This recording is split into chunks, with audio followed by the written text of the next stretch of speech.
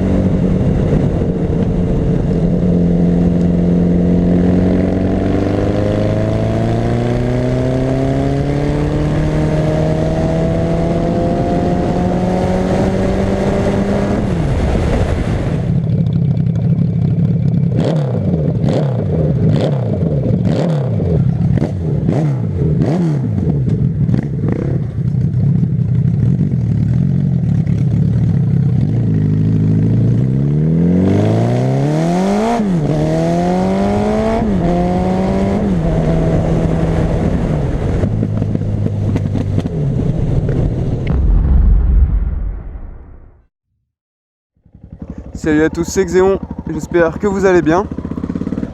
Donc ce que vous avez vu en début de vidéo, c'est tout simplement la moto de mon père, parce que j'ai fait filtre à huile, filtre à air dessus, et j'en ai profité pour dérouiller les pots et les protéger contre la rouille. Donc voilà, et du coup je suis sorti avec rapidement pour voir un peu ce que ça faisait avec les échappements semi-libres, on va dire. J'avais juste retiré les silencieux.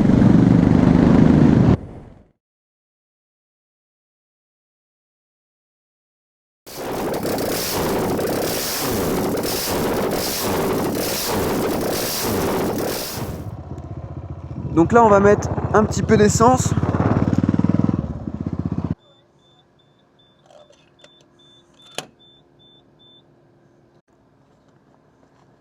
Je viens de recevoir la carte grise de la moto en plus. Je l'ai faite il y a quoi? Il y a 3 jours, donc elle est arrivée vraiment très vite. Donc ça c'est plutôt pas mal.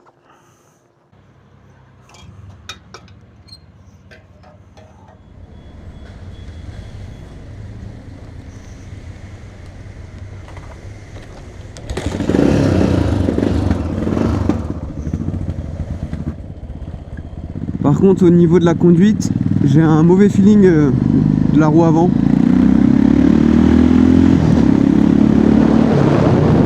Donc on va pas trop faire, enfin je vais pas trop faire le fou.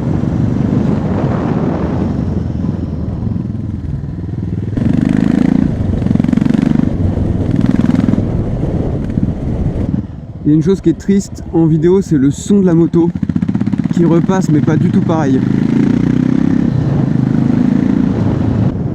Bon bah du coup ça va être la deuxième fois que je prends les chemins. Oula. Puisque la première fois c'était 2 jours après, ou 2 ou 3 jours après l'avoir acheté, j'avais tourné la vidéo. Et j'étais venu ici également. Ça y est, je viens de me poser pour vous présenter la moto. J'ai écouté le son du micro encore une fois là pour voir si le son était bien. Et il y a énormément de vent donc je suis désolé. Mais vu que c'est une moto qui est pas du tout carénée, le vent passe énormément, forcément je suis pas protégé. Et du coup c'est compliqué, mais bon, je tâcherai de régler ça les prochaines fois. Et surtout n'oubliez pas de me dire si franchement si ça vous intéresse que je vous montre ce que je vais faire de cette moto. Surtout dites-le moi en commentaire, dites-moi si ça vous intéresse ou non. Parce que les projets ça prend du temps. Et c'est vrai que quand on filme on a besoin toujours d'avoir l'équipement de prêt, chargé, avec de la mémoire, etc. Et donc rien que ça au final, ça prend du temps. Et filmer ça prend du temps, cadrer, monter, etc. Donc si le projet, si je vois que vous êtes enthousiaste, pourquoi pas filmer les étapes du projet. Et sinon je vous montrerai peut-être simplement le projet au moment de la finition éventuellement, donc je sais pas trop. Donc dites-moi ce que vous en pensez en commentaire. Voilà la nouvelle moto. Donc le projet dont je vous parle, c'est tout simplement d'en faire un scrambler.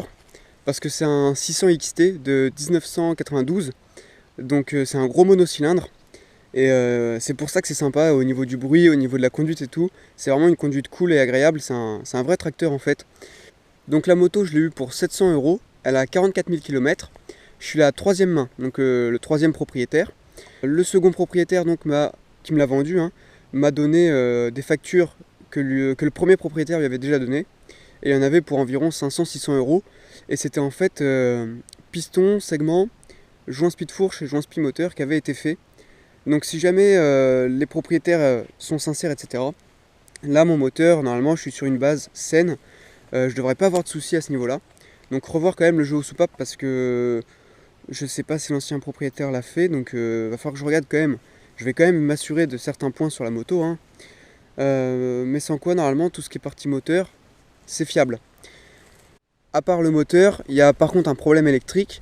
C'est normalement le régulateur, je crois, de tension qui est mort, ou je sais pas exactement, qui se trouve dessous ici, dessous la bavette. Et du coup la batterie ne recharge plus. Donc forcément j'ai plus de lumière, en fait j'ai plus de feu là. Je verrai bien, normalement c'est une pièce à racheter et ça devrait repartir, enfin j'espère. Donc j'espère que j'aurai pas de problème avec le faisceau parce que tout ce qui est électrique c'est pas trop mon fort. Après d'un côté si jamais j'ai vraiment à refaire un faisceau, ça sera l'occasion d'apprendre. Parce que c'est vrai que j'ai pas. Vu que j'ai jamais eu de problème en fait avec la MRT et les autres motos avant, au niveau des faisceaux, bah, je me suis jamais vraiment occupé. Au niveau de la partie cycle, j'ai des jantes de 500 GSE. Le freinage, donc étrier et disque, je suis pas sûr que ce soit d'une GSE. Je ne sais pas.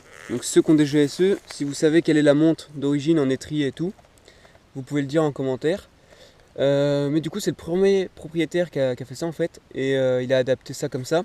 Donc là on a une grosse patte en acier, une patte de déport pour l'étrier. Voilà, donc ça tient plutôt bien, ça freine bien. Par contre la fourche, vachement molle. Après c'est sur les trails un peu comme ça, je suis pas étonné que la fourche soit molle. Donc à l'arrière c'est pareil, on a une petite patte de déport pour l'étrier, qui est également en acier. Vous voyez juste à ce niveau là, il y a une patte. Les pneus ils sont bons à changer, on est sur le témoin d'usure. Donc je vais quand même finir, je vais les finir je pense, là je verrai bien.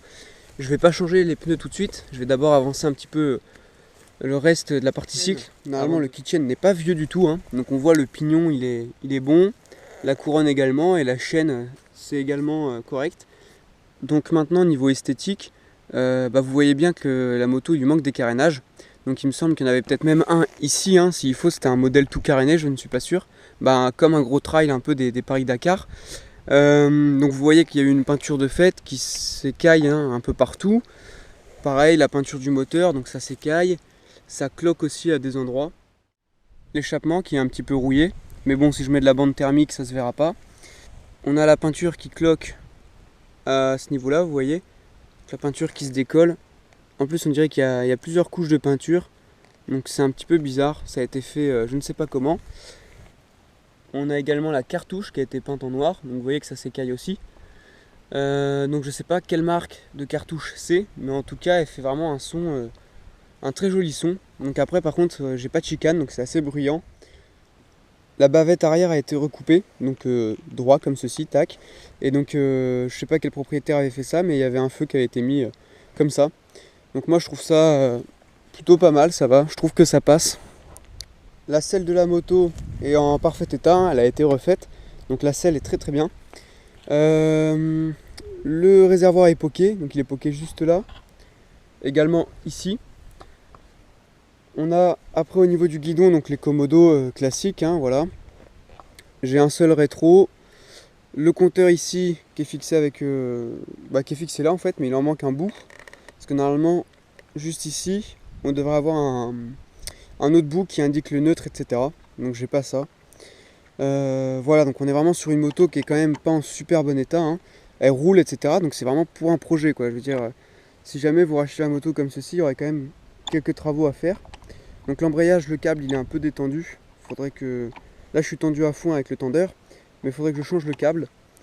Et puis voilà, donc sans quoi il n'y a pas de souci, elle roule bien. Donc écoutez, je vous la démarre. Avec un peu de chance, vous me verrez me prendre un gros retour et m'exploser le mollet. De toute façon, dans tous les cas, je m'éclate le pied pour la démarrer, parce que c'est clairement compliqué. Parce que oui, j'ai oublié de vous dire, mais j'ai pas de démarreur électrique. parce que certains modèles ont le démarreur électrique juste à ce niveau là en fait, hein, on a le démarreur électrique dont la place est ici en fait, et moi je l'ai pas, donc j'ai simplement ce très très joli kick qui permet de se déboîter les pieds, donc c'est sympathique.